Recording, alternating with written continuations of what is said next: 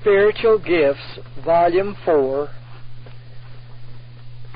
containing important facts of faith and laws of health. Chapter, The Sanctuary. The tabernacle was made according to the commandment of God. The Lord raised up men and qualified them with more than natural abilities to perform the most ingenious work. Neither those workmen nor Moses were left to plan the form and workmanship of the building.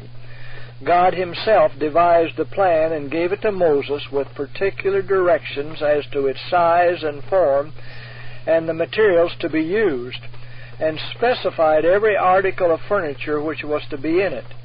He presented before Moses a miniature model of the heavenly sanctuary and commanded him to make all things according to the pattern showed him in the mount.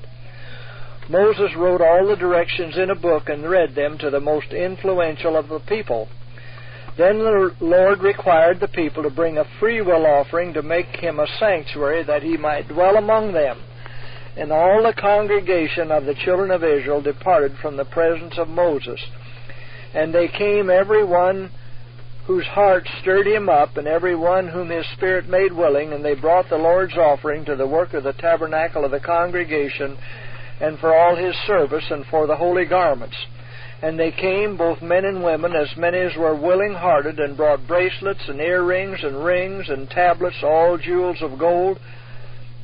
And every man that offered an offering of gold unto the Lord. Great and expensive preparations were necessary. Precious and costly materials must be collected. But the Lord accepted only the freewill offerings.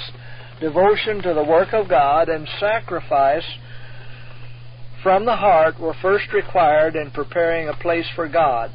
And while the building of the sanctuary was going on, and the people were bringing their offerings unto Moses, and he presenting them to the workmen, all the wise men who wrought in the work examined the gifts and decided that the people had brought enough and even more than they could use. And Moses proclaimed throughout the camp, saying, Let neither man nor woman make any more work for the offering of the sanctuary. So the people were restrained from bringing. The repeated murmurings of the Israelites and the visitations of God's wrath because of their transgressions are recorded in sacred history for the benefit of God's people who should afterward live upon the earth, but more especially to prove a warning to those who should live near the close of time. Also their acts of devotion, their energy and liberality in bringing their freewill offerings to Moses are recorded for the benefit of the people of God. Their example in preparing material for the tabernacle so cheerfully is an example for all who truly love the worship of God.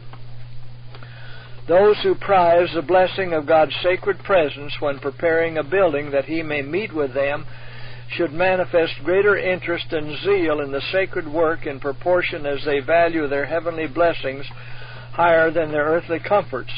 They should realize that they are preparing a house for God. Many will expend much to erect comfortable and tasty buildings for themselves, but when they would prepare a place that they may receive the presence of the high and exalted one, they manifest a wonderful indifference and have no particular interest as to the convenience, arrangement, and workmanship. Their offerings are not given cheerfully from the heart, but are bestowed grudgingly, and they are continually studying in what manner the sacred building can be made to cost the least and answer the purpose as a house of worship. Some manifest more interest in building their barns wherein to keep their cattle than they do in building a place for the worship of God. Such value sacred privileges just in that proportion which their works show, and their prosperity and spiritual strength will be just according to their works. God will not cause his blessing to rest upon those who have so little estimate of the value of divine things. Unwilling and stinted offerings are not accepted of God. Those who manifest that earnestness to bring to the Lord acceptable offerings of the very best they have, willingly as the children of Israel brought their presents to Moses, will be blessed in that proportion as they have estimated the value of divine things. It is of some consequence that a building prepared expressly for God to meet with his people should be arranged with care, made comfortable, neat, and convenient. For it is to be dedicated to God and presented to Him, and He is to be entreated to abide in that house and make it sacred by His holy presence. Enough should be willingly given to the Lord to liberally accomplish the work, and then the workman be able to say, "Bring no more offerings." A house built for God never should be left in debt, for God would be dishonored.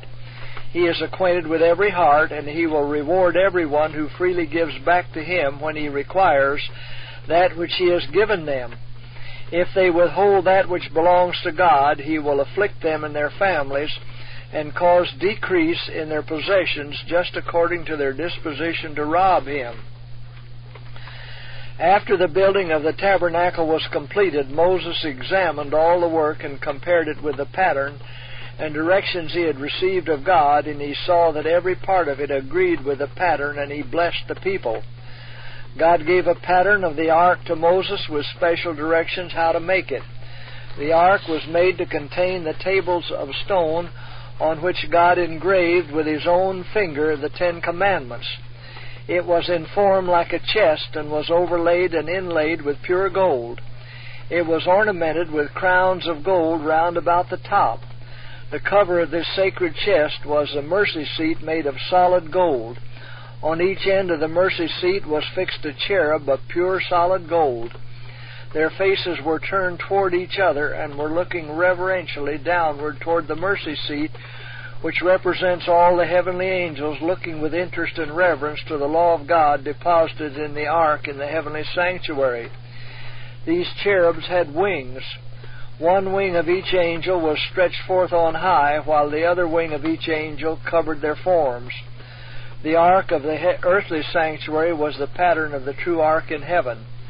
There beside the heavenly ark stand living angels at either end of the ark, with each one wing overshadowing the mercy seat and stretching forth on high, while the other wings are folded over their forms in token of reverence and humility. In the earthly ark, Moses was required to place the tables of stone. These were called the tables of the testimony, and the ark was called the ark of the testimony because they contained God's testimony in the 10 Commandments. The tabernacle was composed of 2 apartments separated by a curtain or veil. All the furniture of the tabernacle were made of solid gold or plated with gold. The curtains of the tabernacle were of a variety of colors, most beautifully arranged, and in these curtains were wrought with threads of gold and silver cherubims, which were to represent the angelic host who are connected with the work of the heavenly sanctuary and who are ministering angels to the saints upon the earth. Within the second veil was placed the ark of the testimony, and the beautiful and rich curtain was drawn before the sacred ark.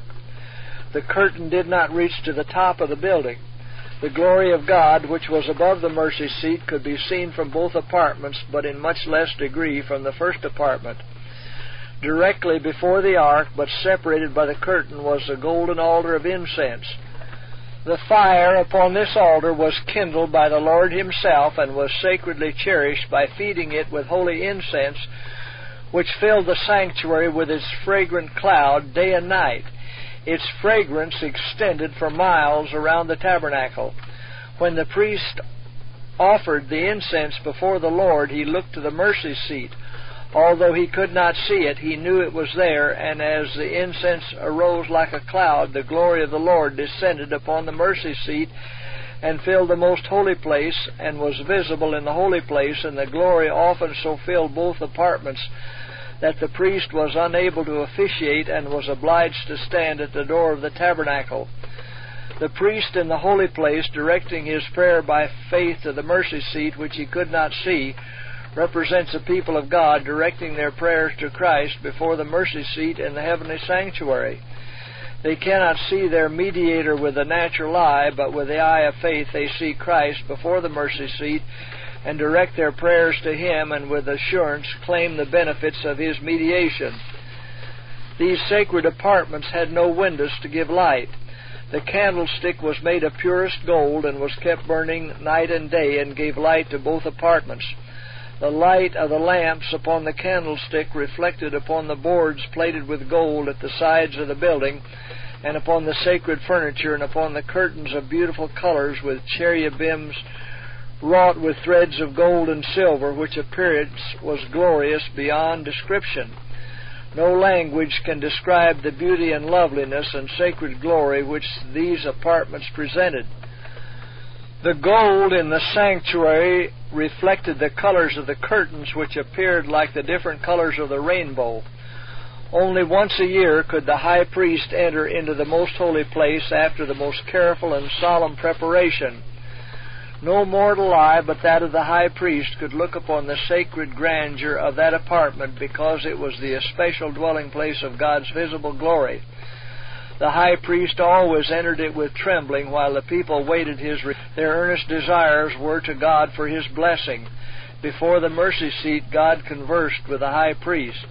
If he remained an unusual time in the most holy, the people were often terrified, fearing that because of their sins or some sin of the priest, the glory of the Lord had slain him. And when the sound of the tinkling of the bells upon his garments was heard, they were greatly relieved. He then came forth and blessed the people. After the work of the tabernacle was finished, a cloud covered the tent of the congregation, and the glory of the Lord filled the tabernacle. And Moses was not able to enter into the tent of the congregation, because the cloud abode thereon, and the glory of the Lord filled the tabernacle. And when the cloud was taken up from over the tabernacle, the children of Israel went onward in all their journeys. But if the cloud was not taken up, then they journeyed not till the day when it was taken up. For the cloud of the Lord was upon the tabernacle by day, and fire was on it by night, in the sight of all the house of Israel throughout all their journeys. The tabernacle was constructed so as to be taken to pieces and borne with them in all their journeyings.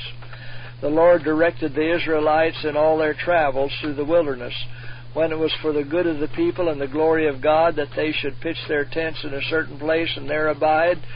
God signified His will to them by the pillar of cloud resting low directly over the tabernacle, and there it remained until God would have them journey again. Then the cloud of glory was lifted up high above the tabernacle, and then they journeyed again. In all their journeyings they observed perfect order. Every tribe bore a standard with the sign of his father's house upon it, and every tribe was commanded to pitch by their own standard. And when they traveled, the different tribes marched in order, every tribe under their own standard. When they rested from their journeyings, the tabernacle was erected, and then the different tribes pitched their tents in order in just such a position as God commanded, around the tabernacle at a distance from it. When the people journeyed, the ark of the covenant was borne before them, and the cloud of the Lord was upon them by day when they went out of the camp. And it came to pass, when the ark set forward, that Moses said, Rise up, Lord, and let thine enemies be scattered, and let them that hate thee flee before thee. And when it rested, he said, Return, O Lord, unto the many thousands of Israel.